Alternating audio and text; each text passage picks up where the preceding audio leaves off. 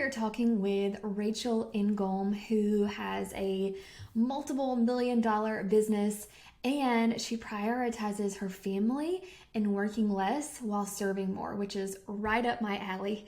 Rachel Ngom is the host of the She's Making an Impact podcast. She is a business and lead generation expert helping purpose driven entrepreneurs create more freedom in their businesses so they can spend time on what matters most. Rachel went from being on food stamps with negative $400 in her checking account to a millionaire by 34 while working 20 hours a week. And actually, she is transitioning into working 10 hours a week, which is bananas. You're going to hear about it in a second. She now helps others do the same with her signature courses and programs. Rachel has lived in Kenya and Senegal, got married in Morocco, and spent 2 years in France. You can learn more about Rachel by visiting rachelngom.com. Let's dive into the episode. All right, Rachel, thank you so much for joining us today. I'm so excited to talk with you. Tell us a little bit about yourself, who you are, what you do. Yeah, well, thanks so much for having me, Lindsay. I'm Rachel Ngom. So I have been an entrepreneur for 12 years. I started off in the network marketing space, and I would call myself an accidental entrepreneur. I had my master's in social work and couldn't find a job, so we ended up with negative $400 in our checking account, and I had to do something to figure it out. So I was a part of a network marketing company, failed a lot, and eventually by the grace of God ended up creating a six-figure business with that company. Gave us the freedom to go to France and kind of do all kinds of cool stuff. That company restructured, my income was cut in half, and that's when I figured I needed to do something else, and we need to have multiple income streams coming in because nothing is promised for tomorrow. And I think COVID taught a lot of us that lesson. So in my network marketing business, I used Pinterest a lot to generate leads for that company, and I was teaching people on my network marketing business how I was doing that. So when I started this business, it was kind of like the natural thing to start teaching. So we launched a course teaching Pinterest that now has, I think, over 3,000 students that have enrolled in that program. And then we launched coaching and retreats. You came to our retreat in France, which was so much fun. And then my husband has launched other income streams, not online, offline. He trains horses. And so we lived in Senegal in 2021. We started some businesses over there. Yeah, and two babies. That's me in a nutshell. All the things. All the things. Yeah. I love it. Yeah. And Rachel is actually my business coach for this year. So I am working with her in like a group coaching program, and she really does walk the walk, which is why I wanted her on the show. So thank you so much. It's been awesome getting to work with you. Yeah. So I wanted Rachel to come on and talk about her 10-hour work week, which is the dream, right? For all of us mamas who have an online business. And so I wanted her to tell us a little bit about like how that even happened. So you're working 10 hours a week. What prompted you to start that, first of all? So back when I was in my network marketing business, I had zero boundaries and I was working 24/7, and I burnt out. Like I got sick every single month where I was getting like strep throat, the flu, something like really bad, and it would just knock me out for a week at a time. And I felt like such a bad mom because TJ was one at the time and he just wanted to run out and play, and I like could not go out and chase him. And so I remember like having to pin him into his little like toddler prison with the baby gate and the couch, and I was just laying on the couch like, mom's sick again, sorry dude, here you go, watch some TV. And so the lack of boundaries and no systems and processes really, and no leadership, left me struggling. And so when I started this business, I was like, I have to set things up differently. I have to do things differently. As my kids have grown up, my TJ's now 10, Gabrielle's 3, of man, like if I am not intentional, I'm going to miss it. And I do not want them thinking all mom did was work. And so my goal is to always put them first. So it was a 20-hour work week of they would go to school, and then I would work when they were at school, and then I would take Fridays off. And so that would be kind of like my fun Friday, and I'd go and get like a massage or whatever it is that I want to do. Recently though, God has been really throwing some surprises my way that I never saw coming. I'm actually going back to school in next week, which is crazy. Time just flies. So next week I'm going back to school, and looking at my school schedule, I'm going to be in school Tuesday, Wednesday, Thursday, Friday from 8 to 1. And so as I look at what that requirement's going to be, I get to be creative with my time. Of I literally will have from 1 to 3 Tuesday, Wednesday, Thursday, Friday, and then on Monday that I can work. And so my fun Fridays are gone, but that's okay. I'll get massages some other time. Yeah. Just for a season, right? Yeah, it's for a season. I'll survive. Yes. I feel like so many other moms that started an online business or any business can relate to that because and even if you are a stay-at-home mom or you work full time, I hear this all the time. Like I quit my 9 to 5 to work 24/7. Uh-huh. Because when you're new, you feel like you have to hustle and you feel like you have to do all the things. And then Yeah. so many people get burnt out because they don't set up the systems in the Yeah. beginning. So I'm glad you said that because I feel like so many people are like, that's exactly where I am right now. Um, Yes.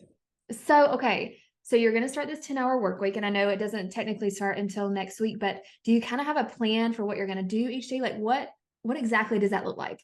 Yeah. So we're just having to be so intentional. And we've looked at everything within our business and one of the core strategies that you can look at is the Pareto principle. And so 80% of your results are going to come from 20% of your effort.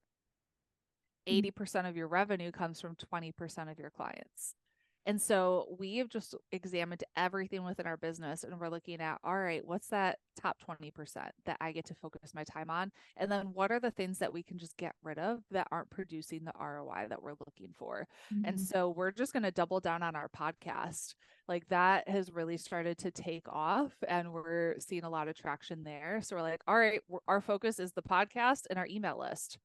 And everything else, if it's not producing that same ROI, then for a season, maybe not forever, but for this season, we're not going to focus on daily Instagram posts. We don't have I don't think we have TikTok, or at least I don't have a TikTok. Maybe our social media manager set one up for us, but like we're not focused on the posting every day things that are going to disappear and focusing on like the virality of it. It's more so creating long form content that's based off of search engines. So podcasting, Pinterest, blogs. So we're really focused on SEO content that's going to continue to drive people. Like I was just looking at our top 20 podcast episodes and I'm like, wow, there's somebody that came back and listened from like something I did in 2018. So it's not just our current stuff, like they're still searching. So we're focusing on podcasting, Pinterest, and our blog and our email list. And so those are the things that we know really produce a good ROI for us. And then in terms of my time, I look at what are the things our team can do and what can only I do. So we have the team that's helping me create content. So they're helping me kind of like brainstorm ideas. And then they're doing the SEO around it and creating the titles for it. I record the episode and then they'll do the show notes and set everything up on the blog, put it to the podcast, upload it, everything related to the podcast.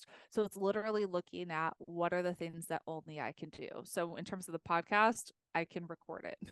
Right. And then I'll do like I do like so they'll help me with ideas for content, but there are times where I'm like, I need to create something based off of this, or like I have to do this, and then I'll create content based off of that. But it's a teamwork. Other things that I do, coaching. So like you'll see me on our impact partnership calls. And I'll be doing that in our activate calls. So that is 2 hours a week that's spent coaching our clients. The podcast we're batching and I'm doing them just on Zoom. And so I'm not doing them live. And so every other week, I have an hour of my time set aside to record 2 podcast episodes. Mm-hmm.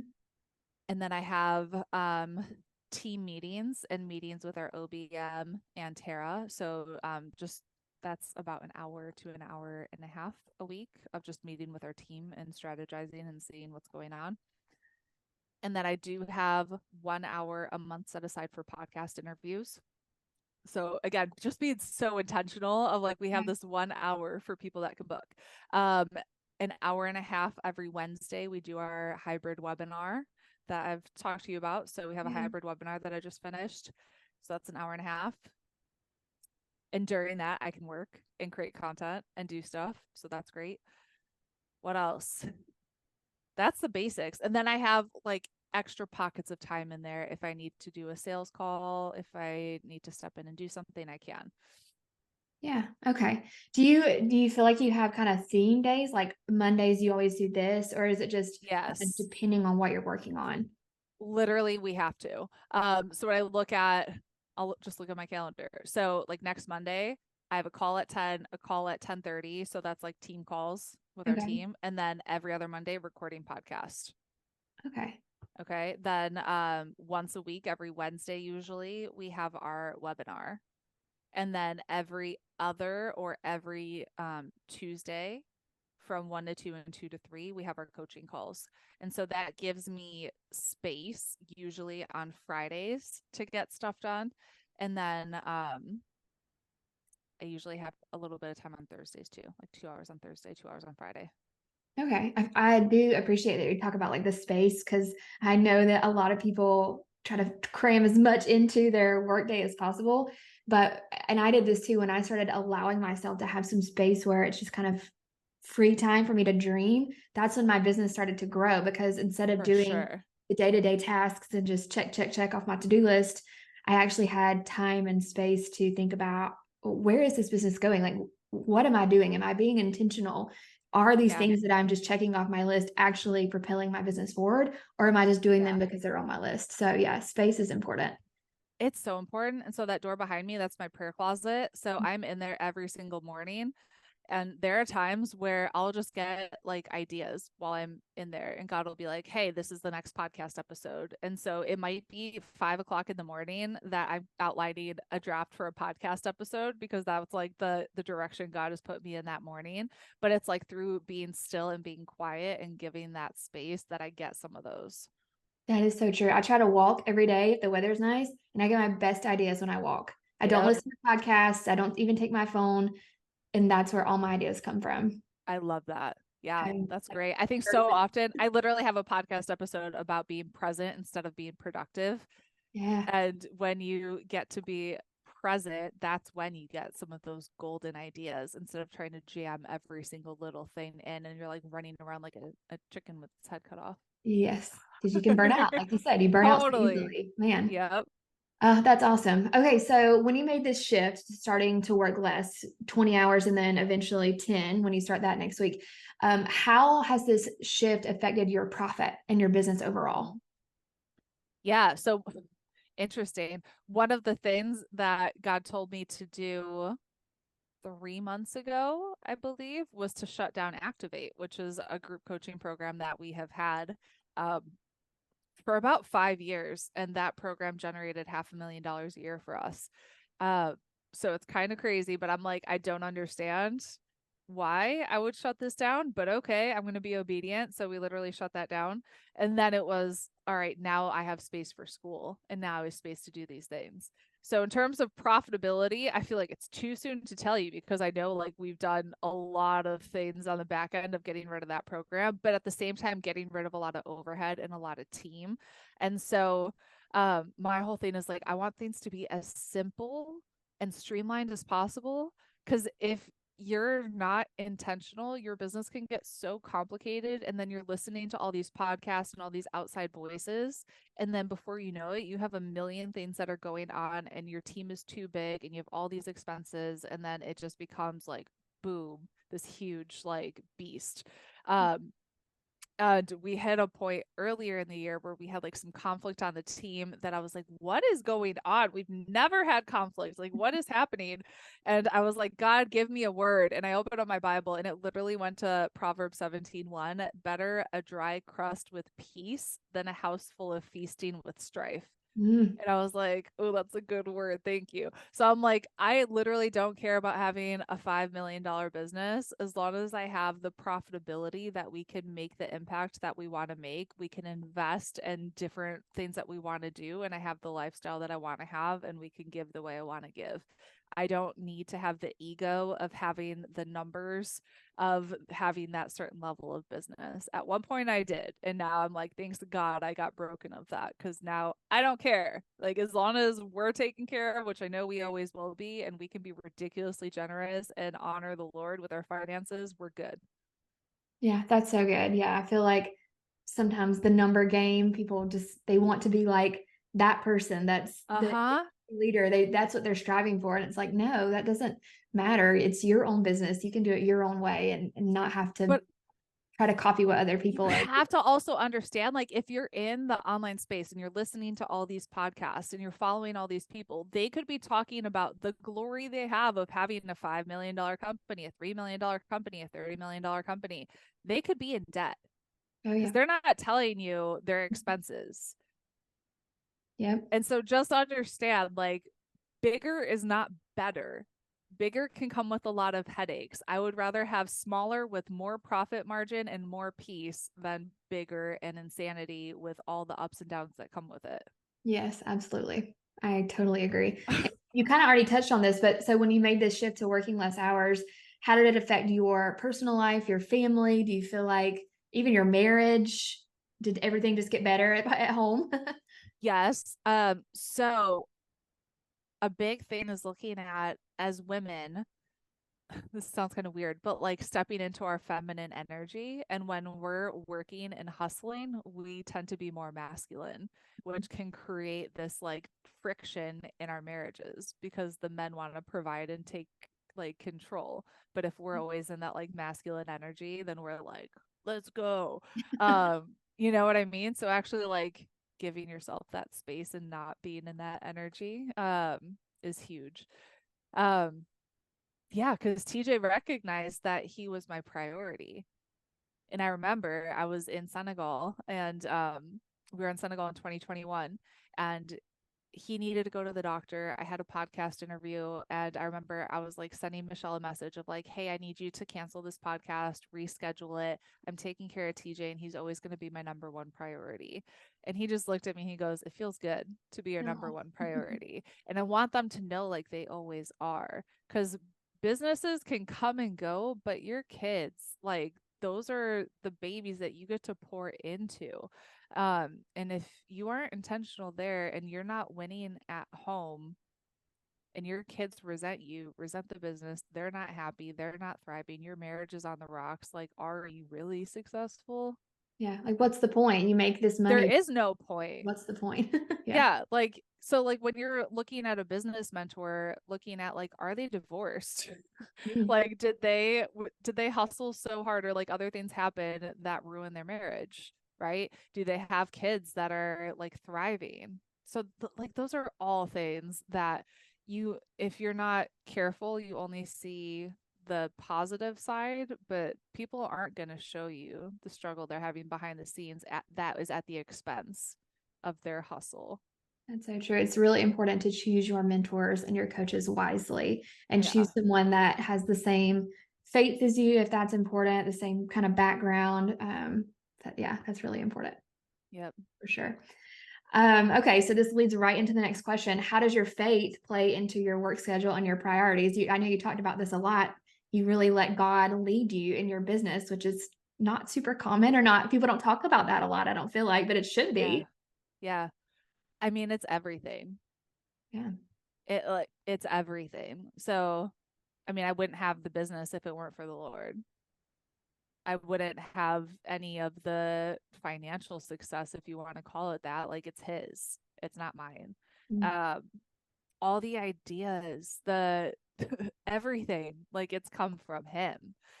So it really has been a matter of like partnering with the Lord to come up with the business ideas, and not being so dependent on outside people giving me a strategy. Because I find like my best strategies come from just being in worship and being silent and being still, and God will be like, you should do this. And I'll be like, okay. And a lot of times it doesn't like it might not make sense. So like getting rid of Activate literally did not make logical or financial sense. But it's one of those things of just being obedient and trusting that you'll always be taken care of. But yeah, it's literally been everything. Yeah, that's awesome. Our preacher has been talking about stewardship, and it's got me thinking a lot about, like this business really isn't mine. God has entrusted it to me. Yes. And how am I going to be a good steward of the resources and the money that He has entrusted me for this time? And who knows how Yeah. long that's going to be? It could go away tomorrow. And if Literally. I'm not, trusting in Him and listening and trying to find his will and not my will, um, it's going to be hard to be successful and do things the way that he wants to do. So Exactly. I feel like I know for me, I had a big issue with like pride and ego. And God is like, you need to lay that down. Like, this hard is not your business. This is my business. I'm the one that has created it. You're just like a little partner in here that's like stepping in to be that role. Um, but yeah, I think and I literally created a podcast around this that's going to be going out in a couple of weeks on the toxic personal development industry of how we're so focused on setting these goals for our own glory and our own gain, as opposed to partnering and like letting God lead your business and having it all be for His glory. And then again, like what you said with stewardship, like it's not just the finances, it's being a good steward of your podcast audience, of your email list, of your clients, like every single step of it. Um, yeah, makes a big difference. for sure. Yeah. Awesome. Okay. So I know that you have a big business. You've been doing this a long time, but a lot of my listeners are in the beginning. They don't have a business yet.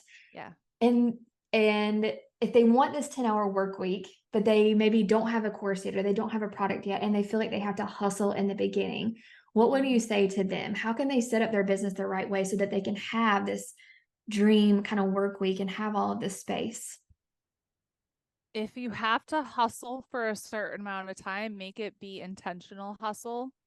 Don't do silly stuff like focusing your time on creating graphics and things Mhm. like in Canva. Figure out what are the things that are going to give you a positive return on your investment and focus your time and energy there. There's a lot of busy work that people get sucked into thinking that they're being productive when in reality it makes zero difference. Yep. So figure out the things that will actually move the needle. So that might look like starting a podcast. It's usually like creating some form of content and focusing on building your email list and making offers. And Right. everything you should do in your business revolves around that. Creating like the perfect Instagram post with the perfect picture and the perfect caption, like all those things really don't matter. It's just focus on creating SEO based content. So a podcast, a YouTube channel, or a blog with Pinterest. I prefer podcasting because I feel like it's the easiest, least amount of work. Other than Pinterest, like Pinterest is great too. But like we take our podcast and we put it on Pinterest, so we just repurpose that content. Um, Focus on that instead of creating content that's just going to disappear within a day. That'll make a big difference too. Yeah, I agree. And also, I feel like people need to hear this. Keep it simple. Like, don't try to Yes. create online courses.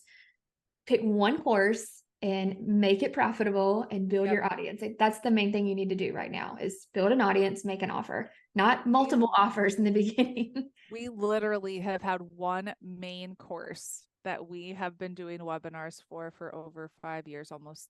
Gosh, it's 6 years now. I'm like, what month are we in? September, like almost September. Yeah, for 6 years, we've had one program that Yeah. we just continue to improve upon. And you know how much revenue you've made from that just one program?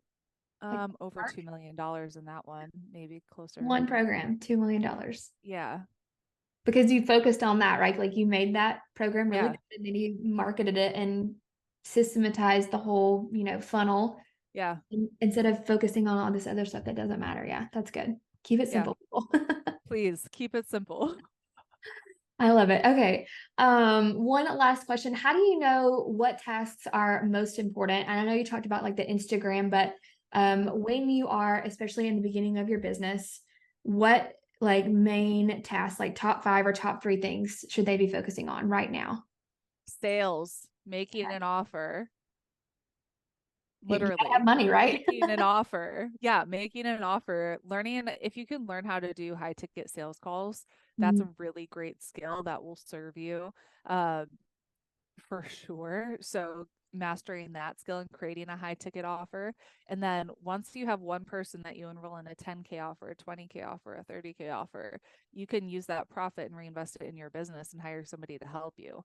Mm, So that would be a great thing to do, as well as just focusing on building your audience. And by that, I mean your email list. So building your email list and nurturing your community. love it. Okay, what is one act of generosity that you've done or you plan to do? I know you guys do a lot, so you can talk about more than I'll one. talk about one that was recent and I'll Okay. try not to cry because this was like so Ah, hard. Um, I dropped Gabrielle off at French school and there's a lot of homeless people in Orlando. And so I literally just like load the car with water bottles and like fruit because I know I'm going to run into somebody. And so this was 2 weeks ago. I was driving down the road and I saw this woman that she was sitting in, like, it's not a back road, it's like a pretty decent sized road. Um, she's sitting on the curb. She has a shopping cart and it's spilling over into the street, like all of her stuff from it. So cars are kind of swerving around her. And I'm like, this doesn't look right. Um, so I park the car, I go up to her and I just kind of say, "Hey, how's it going?" And I ask if I can sit down next to her and start talking to her. And as I start talking to her, I realize she's not completely there mentally and she's not wearing anything on her bottom, mm, literally completely naked.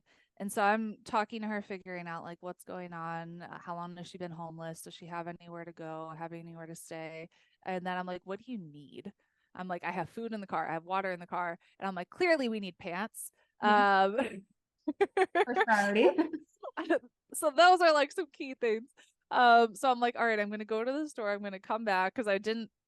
It's like every time I go out and I start like meeting people that are on the street, I realize different needs that they have. So it started with food and water, and now I'm like, I need to start keeping like some old like shoes and pants and nail clippers and other things in the car when I'm like going out on Saturdays.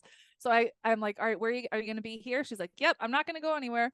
So I go to Target and I go to a Goodwill and I come back and she's gone. And I'm like, where'd she go? So I start like driving around trying to find her. Uh, and finally I ended up finding her because I'm like, I have all this stuff from Target. Like I'm not, it's not gonna fit me, so I'd have to like go and return it. I ended up finding her sitting in front of a church. And she's still nothing on the bottom. And I was able to get clothes on her, get her bathed, like kind of cleaned up at the church. Um, and I wanted to get her in. So this is really hard.